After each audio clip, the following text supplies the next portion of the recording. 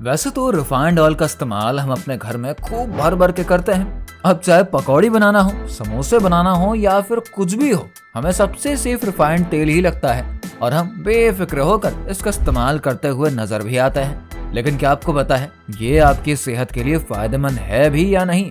अगर फायदेमंद है तो कितना, और आखिर इसे बनाया कैसे जाता है और इनको किन किन प्रक्रियाओं से गुजार कर आपके किचन तक पहुंचाया जाता है? क्या इसको बनाते समय इसमें ऐसा कुछ मिलाया जाता है जो कि नहीं मिलाना चाहिए? तो चलिए आज के वीडियो में हम इन्हीं सब सवालों के जवाब के बारे में जानेंगे। तो अगर आपको अपनी सेहत से वाकई प्यार है ना, तो कहीं जाइएगा मत, वीडियो से अंत तक देखते रहिए, स्किप बिल्कुल मत करिएगा।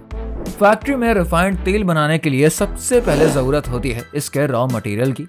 जी हाँ, जिसमें कि सबसे ज्यादा जरूरी होता है सोयाबीन।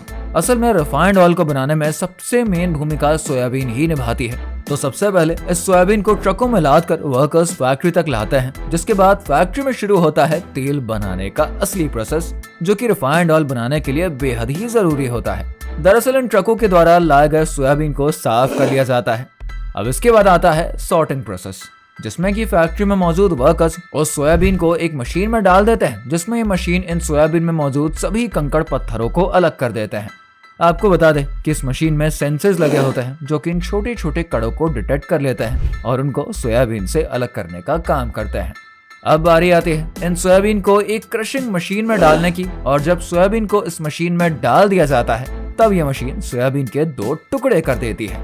अब इन कटे हुए सोयाबीन को वर्कर्स की सहायता से इकट्ठा किया जाता है, जिसके बाद की अब इन कटे हुए सोयाबीन को बॉयलर में डाल दिया जाता है, जहां पर यह सोयाबीन एक निश्चित टेम्परेचर पर उबलते रहता है, जहां से ये उबलकर अपने अंदर मौजूद सभी बैक्टीरियाज खत्म कर देते हैं।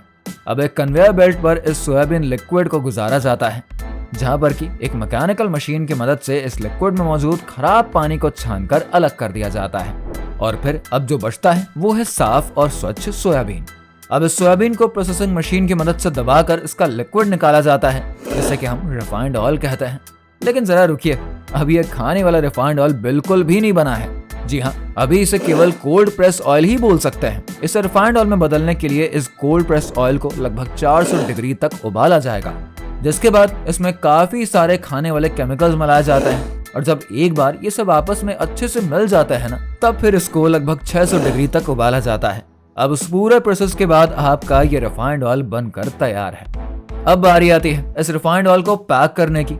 इसके लिए फैक्ट्री में मौजूद वर्कर्स की मदद से एक कन्वेयर बेल्ट पर इसको गुजारते हुए ऑयल को तरह तरह के डिब्बों और बोतलों में भर दिया जाता है। अब इसके बाद इन डिब्बों पर अलग अलग कंपनियां अपने अपने ब्रांड टैग्स लगाती हैं, और फिर इसको वो लोग मार्केट में उतारते हैं, और अब ये स्लो पॉइजन आपके किचन में आने के लिए बिल्कुल तैयार है। जी हाँ, आपने बिल्कुल सही सुना है। आप सोच रहे होंगे हमने इसे स्लो पॉइजन भला क्यों बोल दिया? असल में ये जितना साफ बोतलों में नजर आता है ना, उतना ही खराब इम्पैक्ट हमारी बॉडी पर डालता है, और ये धीरे धीरे बॉडी को अंदर से कमजोर करता रहता है। जी हाँ, आज हम जिस तेल को बड़े ही चाव से मार्केट से लाते हैं ना, ये सोचकर कि हमारी सेहत के लिए बिल्कुल परफेक्ट है, लेकिन ये पूरा सच है ही नहीं। असल में कई बार इन कंपनियों के ऑयल्स को चेक किया गया है और बताया जाता है कि ये कंपनी अपने ऑयल में स्मेल और चिपचिपाहट निकालने के कई सारे खतरनाक केमिकल्स का उपयोग करते हैं, जो कि हमारी सेहत पर बहुत ही बुरा असर डालते हैं। अब भले ही हम इससे बने चटपटे खाने का तो पूरा मजा ले लेते हैं, लेकिन इस ऑयल के सभी पोषक तत्व तो फैक्ट्री में इसको बनाते समय ही खत्म कर दिए गए हैं। वैसे आप सबके घरों में खाने के लिए किस तेल का उपयोग होता है, वो हमको कॉमेंट में बताइए। वीडियो पसंद आई है तो इसको लाइक और शेयर करके हमारे चैनल को सब्सक्राइब जरूर करिए। मिलते हैं एक और ऐसी ही वीडियो के साथ, तब तक के लिए बाय बाय।